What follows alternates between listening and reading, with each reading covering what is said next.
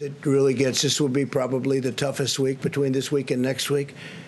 And there'll be a lot of death. This is going to be the hardest and the saddest week of most Americans' lives, quite frankly. This is going to be our Pearl Harbor moment, our 9/11 moment only. 네, 지난 주말 인터뷰였습니다. 이렇게 미국 대통령부터 보건당국 관계자까지 이 전쟁이나 테러의 상황을 거듭 비유하고 있는 상황입니다. 미국은 이번 주가 중대 고비라고 보고 있습니다. 미국 내 확진자는 33만 명을 넘어섰고 이 사망자는 10,000명에 다다르고 있습니다. 가장 피해가 큰 곳은 뉴욕인데요. 항구엔 대형 병원선이 들어섰고 공원엔 비상야전병원까지 세워진 것도 오래전 일입니다. 이제는 영안실도 포화 상태라 시신을 병원 복도나 냉동 트럭에 임시 보관하는 일이 뉴욕에서 벌어지고 있습니다.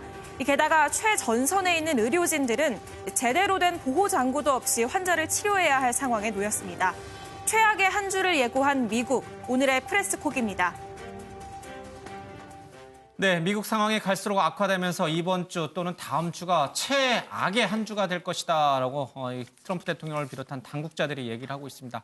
그만큼 사망자라든지 전체 확진자가 기록적인 상황을 보일 것이라고 하죠. 물론 이제 그 상황이 끝나면은 이제 조금 누그러지는 그런 완화 추세로 좀 접어들긴 할 텐데 문제는요. 지금 미국 상황이 심상치 않다는 얘기를 저희들이 계속 해드렸음에도 불구하고 네. 트럼프 대통령은 늘 그럼에도 불구하고 우리는 잘 통제하고 있다 이런 얘기를 했는데 네. 오늘 나온 얘기를 들어보면은 미국이 코로나19 사태를 전혀 통제하지 못하고 있다. 그러니까 통제가 지금 어려운 상황이다라는 게 다수 전문가들의 의견이거든요. 정말 이제는 손 놓고 기다리는 수밖에 없을까? 이 정도 상황까지 간 것 같아요. 그 초기에 대응을 잘했어야 되는데 초기에 감염자가 조금만 있을 때 일일이 다 추적을 해가지고 검사를 하고 격리를 하고 그걸 했어야 되는데 이미 너무나도 많이 지금 퍼져 있는 상태고 의료 붕괴 상황까지도 일부 지역에서는 나타나서 이거는 이제 또 미국은 공공의료 체계가 굉장히 약한 나라고 그러다 보니까 거의 대처가 어려운 상황 아니냐. 특히 뉴욕주 같은 경우에는 시신들이 너무 많이 나와서 그 시신들을 지게차로 옮겨가지고 냉동 트럭에 임시로 보관하는 이런 모습까지 나오다 보니까 지금 미국 당국 입장에서는 속수무책인 상황까지 간 것 같고 그래서 지금 미국의 공중보건 서비스 단장이 이야기를 한 게 이번 사태는 우리의 진주만이나 9.11 같은 순간이 될 것이라고 이야기했는데 미국에서 진주만하고 9.11은 굉장히 상징적인 단어거든요. 그러니까 미국 현대사에서 미국의 국가적인 트라우마를 안긴 굉장히 중대한 사건이었는데 그러한 사건들이 언급될 정도로 그러니까 이번 이 코로나19 이 사태도 미국 역사에 기록될 정도로 국가적 트라우마가 될 굉장히 중대한 위급 사태가 될 것 같습니다.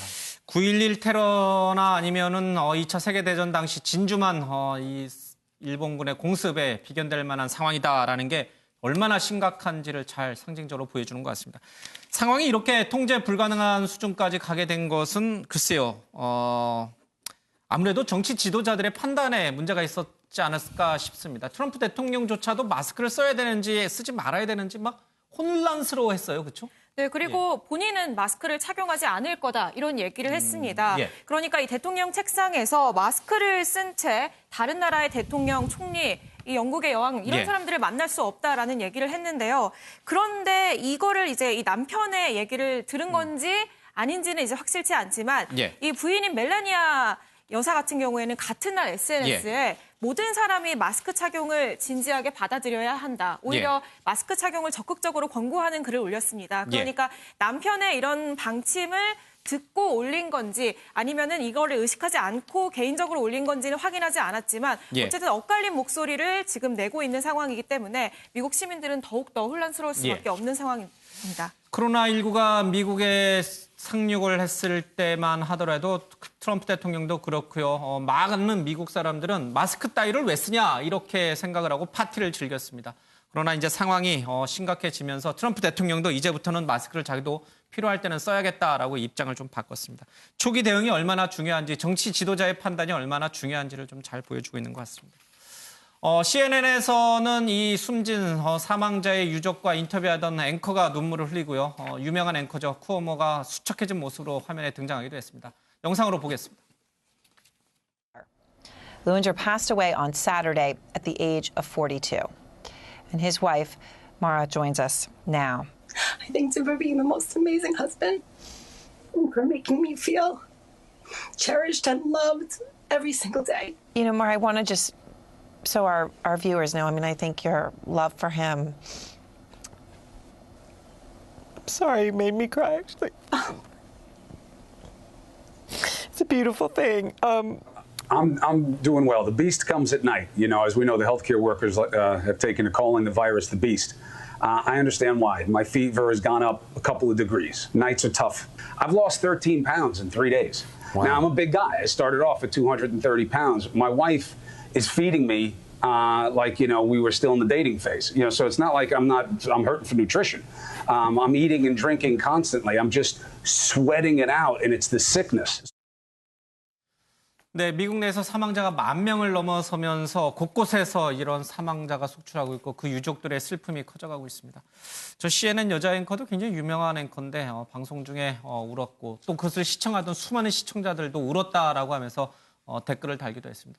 비극적인 일들이 지금 현실화되고 있는 거예요, 그렇죠? 네, 그렇습니다. 이 코로나19 사망자 같은 경우에는 이게 어느 날 갑자기 찾아온 병에 가족을 잃는 것도 굉장히 슬픈 일인데 이게 아무래도 감염병이다 보니까 그렇게 갑자기 보내는 가족들의 마지막 순간을 지키지 못하는 임종을 같이 할 수 네, 없어요. 그렇습니다. 그런 상황. 그런데다가 또 장례식도 제대로 치르지 못하는 그런 안타까운 일들이 계속되다 보니까 남겨진 가족들이 더더욱 힘들 수밖에 없는데요. 지금 이제 눈물을 흘리고 있는 저 여성분도 이제 남편을 잃은 아내입니다. 그러니까 마지막 임종 상황에서 스마트폰으로 영상 통화를 통해서 남편과 마지막 인사를 할 수밖에 없었던 그 마지막 순간을 얘기를 하면서 이제 눈물을 흘렸고요. 이런 상황에서 이제 앵커조차도 좀 이제 눈물을 참지 못하는 모습이 계속 이어졌습니다. 윤영걸 의원님, 그러니까 코로나19를 가볍게 봐서는 절대 안 되는 거예요. 모르겠어요. 젊은 사람들도 이제는 숨지는 사례가 계속 나오고는 있습니다만은 자신은 괜찮다 하더라도 자신이 옮긴 노부모라든지 친인척은 저렇게 갑자기 돌아가실 수 있는 거예요. 저 비극을 멈추기 위해서는 사회적 거리두기, 마스크 쓰기가 얼마나 중요한지 우리가 알 수 있어요. 그렇죠. 저 젊은 사람도 자기도 사망할 수도 있고 젊은 사람은 저항력이, 면역력이 강해서 별로 고통은 안 느끼지만은 안 느끼는 와중에 자기가 잠복기인데도 남한테 전파를 할 수가 있고 코로나19가 그렇게 해서 너무 무서운 거 아닌가 생각이 들어요. 과거 에볼라나 사스나 이런 거는 감염된 사람이 바로 투병하면서 사망도 많이 하고 그랬잖아요. 근데 코로나19는 사망률은 낮은데 전염력이 높아요. 그러니까 경제나 국가 전체에 우리 생명에 더 큰 위험을 주는 거 아닌가 이렇게 싶어서 대만 같은 데는 마스크만 안 써도 보니까 벌금 한 6만 원인가 물리더라고요. 우리도 저 마스크 안 쓴 사람 좀 벌금 좀 물리는 제도를 좀 미안한 얘기지만 그런 거라도 우리 좀 해야 된다고 저는 생각해요. 자, 우리나라에서는 저런 비극적인 일들이 일어나지 않기를 좀 간절히 바라고 있습니다. 우리나라도 이제 사망자가 100명을 넘어서긴 했습니다만 미국은 10,000명을 넘어섰습니다. 정말 끔찍한 일이 계속 벌어지고 있고 우리나라의 긴급한 의료 장비 지원을 트럼프 대통령이 직접 문재인 대통령에게 요청하는 일까지 벌어지고 있습니다. 세계 최강대국이라고 하는 미국의 체면이 말이 아닌 상황입니다.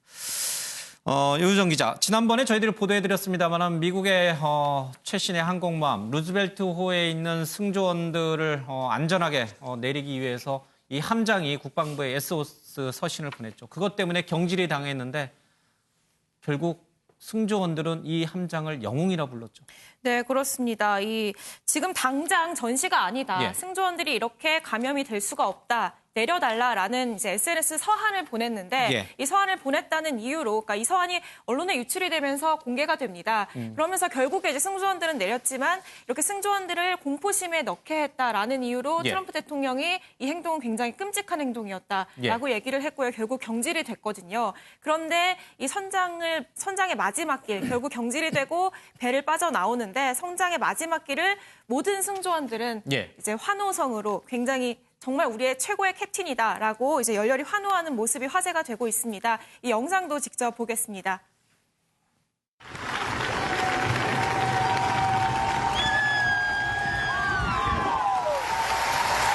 Now that's how you send out one of the greatest captains you ever had. The GOAT, the man for the people.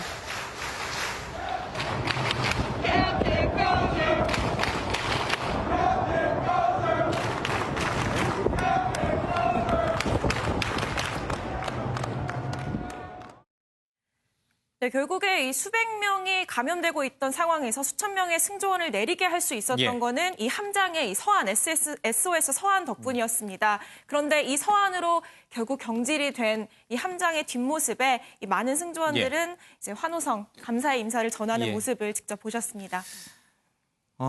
군사보안이니까요. 당연히 함장이 이 사실이 외부 언론에 유출되지 않도록 했어야 되는 책무는 있겠죠. 그러나 그것보다 더 중요한 책무는 바로 이 승조원들, 자기 부하들을 살리는 거죠. 루즈벨트 대통령의 증손녀가 그런 얘기를 했어요. 자신의 아버지가 살아있었더라도 이 함장의 판단, 선택에 대해서는 박수를 보냈을 것이다. 그러니까 지금 트럼프 대통령이 저걸 가지고 경질할 일이 아니고 오히려 훈장을 줘야 될 그런 상황이다라고 이제 미국 여론이 움직이고 있습니다. 물론 이제 저 함장도 사실은 코로나19에 판정을 받았어요. 양성 판정을 저 받았어요. 배가 핵추진 항공모함 배 이름이 시어도 루즈벨트 호잖아요. 그러니까 루즈벨트 증손녀가 우리 증조 할아버지가 살아계셨어도 이렇게 결정을 했을 거다. 뭐 이렇게 했는데 저게 저는 미국 군인의 저 힘을 저기서 봐요. 과거에 트럼프 대통령하고 우크라이나 대통령하고 그 통화한 거를 그 미군 그 중령인가가 그거를 폭로하고 그 의회까지 가서 증언을 했거든요. 그러니까 이번에도 충성이 뭔가 자기 상사는 그 배에 그대로 있어. 핵 추진 항공모함이 너무 중요하니까 코로나는 확진이 나왔지만은 배에 그대로 지키고 있어가 상사의 위계질서의 명령이에요. 그렇지만은 승조원을 생각한다면은 빨리 기항을 해서 치료를 받아야 돼요. 그러니까 그 와중에 어떻게 생각했을까? 보통 충성이라는 거는 윗사람을 무조건 따르는 게 충성이라고 생각하는데 미군이 생각하는 충성은 yes sir가 잘못된 거는 안 듣는 거, 잘못된 명령은 저항하는 거, 이게 yes sir에 들어가 있는 거예요. 그러니까 우리가 보통 상명하복이라고 하지만 무조건 잘못된 걸 따르는 게 어떻게 보면 충성이 아니다. 그래서 저는 미국 군인의 힘을 여기서 저는 볼 수 있었다. 이런 생각이 듭니다. 미국 내 여론이 이 경질에 대해서 굉장히 부정적으로 움직이고 있는 것 같습니다. 트럼프 대통령이 또 정치적 위기를 맞을지도 모르겠습니다. 이 함장도 양성 판정을 받았는데 빨리 완치되기를 좀 기원하겠습니다. 자, 영국에서도 상황이 매우 심각한데 영국 여왕이 직접 TV를 통해서 코로나19의 심각성을 경고했죠. 그렇습니다. 영국의 이 엘리자베스 2세 여왕이 코로나19 관련해서 대국민 특별 연설을 했는데요. 그 모습 먼저 한번 같이 보시죠. I'm speaking to you at what I know is an increasingly challenging time. A time of disruption in the life of our country. A disruption that has brought grief to some, financial difficulties to many, and enormous changes to the daily lives of us all. Together we are tackling this disease, and I want to reassure you that if we remain united and resolute, then we will overcome it. I hope in the years to come, everyone will be able to take pride in how they responded to this challenge. And those who come after us will say the Britons of this generation were as strong as any. 네, 엘리자베스 2세 여왕 같은 경우에는 매년 해마다 이제 크리스마스 성탄 메시지를 사전 녹화해서 이제 그 대국민 메시지를 하는데 이 외에 대국민 연설을 한 건 뭐 다이애나 왕세자빈 장례식 직전이라든지 뭐 이래 해서 60년 동안 한 4번밖에 없어요. 그만큼 이례적인 일이거든요. 이번 연설은 이제 윈저궁에서 사전 녹화 방식으로 진행이 됐는데 이 연설을 촬영한 카메라맨조차도 마스크하고 보호 장비 등을 착용하고 여왕하고 멀찌감치 떨어져서 이렇게 촬영한 걸로 전해지고요. 이와 함께 지금 열흘 전에 이 코로나19 확진 판정을 받은 보리스 총리 자택에서 계속 격리하면서 업무를 받는데 이 병세에 차도가 없어서 결국에는 병원에 입원했다는 소식도 들리고 있습니다. 아들은 또 이제 병원에 입원하는 그런 일까지 벌어지고 있군요. 총리가 총리요. 아들 이제 찰스 왕세자는 이제 완치가 됐고요. 그렇습니다. 그렇죠. 자, 이 상황이 매우 심각해지고 있고 영국 여왕 엘리자베스 2세 여왕은 이제 영국 사람들로부터는 굉장히 신적인 존재로 추앙받는 대단히 뭐 존경받는 인물이고 또 이런 분들이 나서서 우리가 지금 어렵고 힘들지만 싸워서 이겨낼 수 있다. 이런 강한 메시지를 던져주는 것도 굉장히 좀 코로나19 극복에 도움이 될 거예요. 엘리자베스 2세 여왕의 메시지는 영국인들한테 굉장히 중요한 의미가 있고 이분이 한 60여 년 정도 재임하는 기간 동안에 이런 식의 대국민 메시지를 영상으로 보낸 것이 한 4차례 정도밖에 없다고 하니까 상당히 이례적인 건데 기존의 메시지 보낸 것 중에서 뭐 다이애나 왕세자빈 장례식이라든가 또 여왕의 어머니가 돌아가셨을 때라든가 이렇게 왕실 사건에 대한 것들이 있어가지고 국가적인 정치적 위기와 관련된 메시지는 2001년에 걸프전 당시 그거 한 번이거든요. 그때 이래로 60여 년 치세 동안 두 번째로 이번에 국가적 위기에 대한 메시지가 나온 거예요. 그러니까 그럴 정도로 영국의 지금 코로나19 사태가 심각하고 영국이 초기에 집단 면역 이딴 소리 하면서 약간 방치하는 듯한 느낌이 있었거든요. 그러다가 이대로 가다가는 26만 명이 사망할 수 있다는 보고서가 나오면서 갑자기 좀 비상 상황으로 바뀐 것인데 너무 늦게 태세 전환을 하는 바람에 거의 지금 속수무책인 상황이 아닌가. 그러다 보니까 여왕까지 나서게 된 것 같습니다. 이른바 집단 면역이라는 게 그냥 내버려 두는 거죠. 그래서 면역력이 자생 스스로 이제 생길 수 있도록 그렇게 하자는 건데 그런 거를 추구했던 게 바로 이제 보리스 존슨 총리입니다. 그렇습니다. 근데 지금 본인은 걸려가지고 입원해 있어요. 그렇습니다. 네덜란드, 스웨덴도 이 집단 면역이라는 위험한 실험을 시도하고 있는데 결과는 좀 지켜봐야긴 하긴 합니다만은 면역력이 약한 사람들에게는 굉장히 좀 치명적일 수 있다는 생각이 듭니다. 참 이런 생각을 하고 있군요.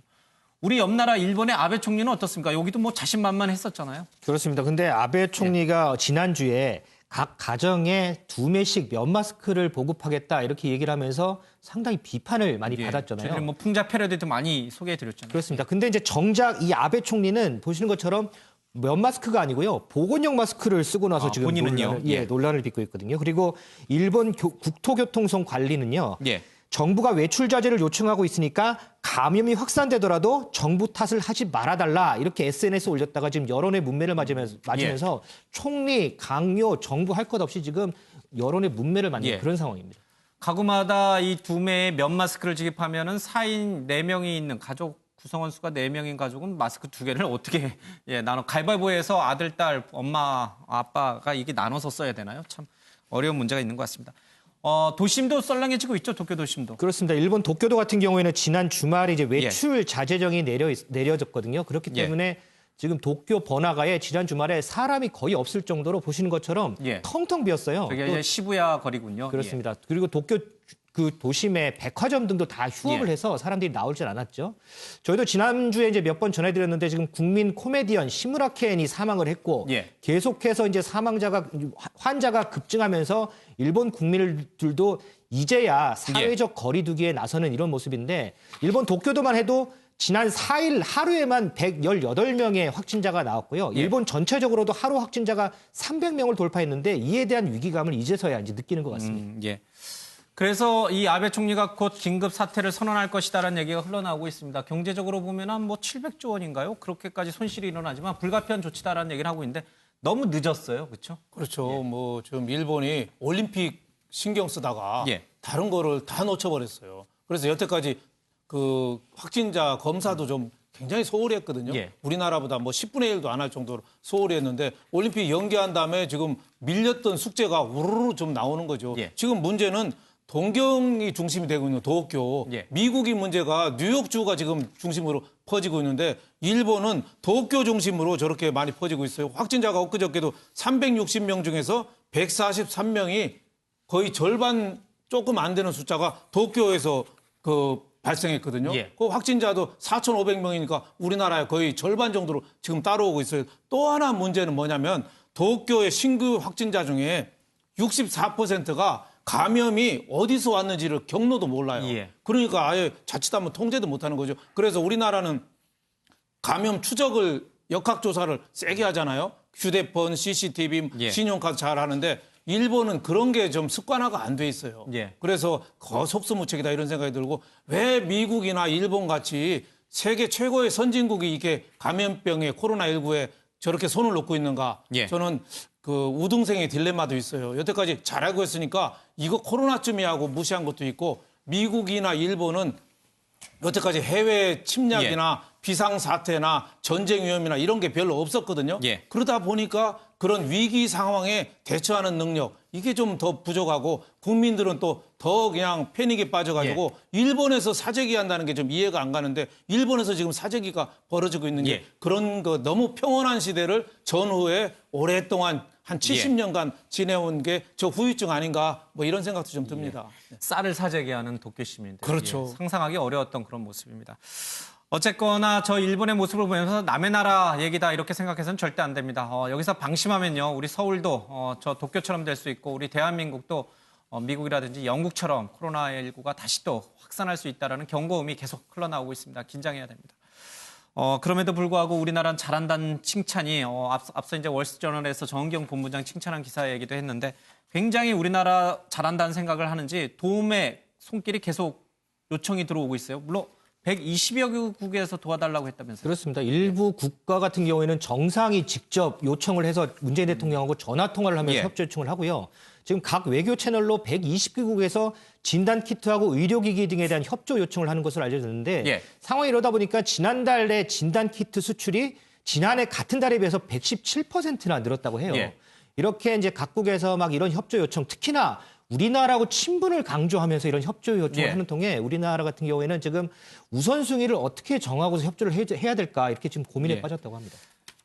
사실 이제 고민할 수밖에 없어요. 어떤 나라를 먼저 도와주고 나중에 도와줄지를 결정하는 것은 외교적으로도 굉장히 민감한 문제일 수 있으니까. 일단 뭐 흘러나온 얘기로는 미국은 우리나라와의 한미 동맹 때문에 트럼프 대통령의 요청을 우리가 거부하기는 좀 어려우니까요. 현실적으로. 미국은 지원한다 치더라도 이번에 우리 한국인 입국 금지를 가장 먼저 시도를 했던 일본이라든지 또 베트남에 대해서는 좀 도와주지 말자. 대신에 저 멀리 우리 6.25 때 참전했던 에티오피아 같은 데를 먼저 도와주자. 이런 여론이 굉장히 많더라고요. 그런 여론이 있긴 있는데 그래도 우리가 이럴 때일수록 좀 더 이렇게 대인의 풍모를 보여야지. 아니, 많이 있으면 다 도와주죠. 하지만 안가품하듯이 우리 입국 금지했으니까 우리도 안 도와줄 거야. 이것은 조금 현명한 태도인 것 같고 다만 그러니까 누구를 도와주지 말자 그런 차원이 아니라 에티오피아라든가 이렇게 6.25 때 우리를 도와줬던 나라들에 대해서는 우리가 좀 특별히 먼저 도와주는 태도를 보여야 될 것 같습니다. 왜냐하면 그게 인간적인 도리이기도 하고 또 다른 나라가 보기에도 그런 사례를 보면서 한국은 은혜를 잊지 않는 나라구나. 우리가 지금 한국을 도와주면 언젠간 한국이 다시 되갚는구나. 그런 인식이 생길 수도 있기 때문에 우리 국제적인 신뢰도를 위해서라도 6.25 때 우리를 도와줬던 나라들에 대해서는 좀 우선적으로 도와주는 태도를 취할 필요도 있어 보입니다.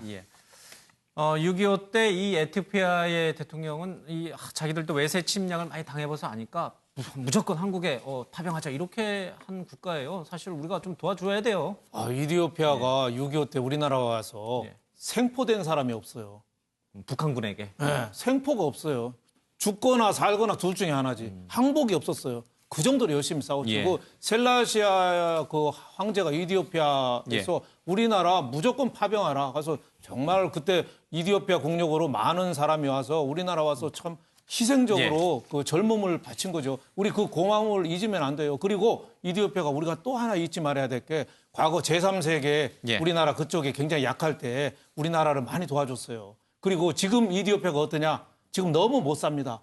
이런 나라가 너무 못 살아요. 역사 진짜 그 클레오파트라 그때 나왔던 이디오피아가 지금 너무 못 살아요. 그래서 우리가 이럴 때 계기로 해서 도와줄 수 있으면 정말 많이 도와줘라. 정말 못 살게 된 어떻게 보면 신용불량자 된 친척이라고 생각하고 좀 많이 좀 도와줬으면 좋겠습니다. 여력이 있으면 뭐 모든 도움의 손길을 요청한 나라 다 도와주면 되겠지만 그렇지 못하니까 우선순위를 가르는 것도 굉장히 좀 신중하게 해야 될 필요가 있겠습니다.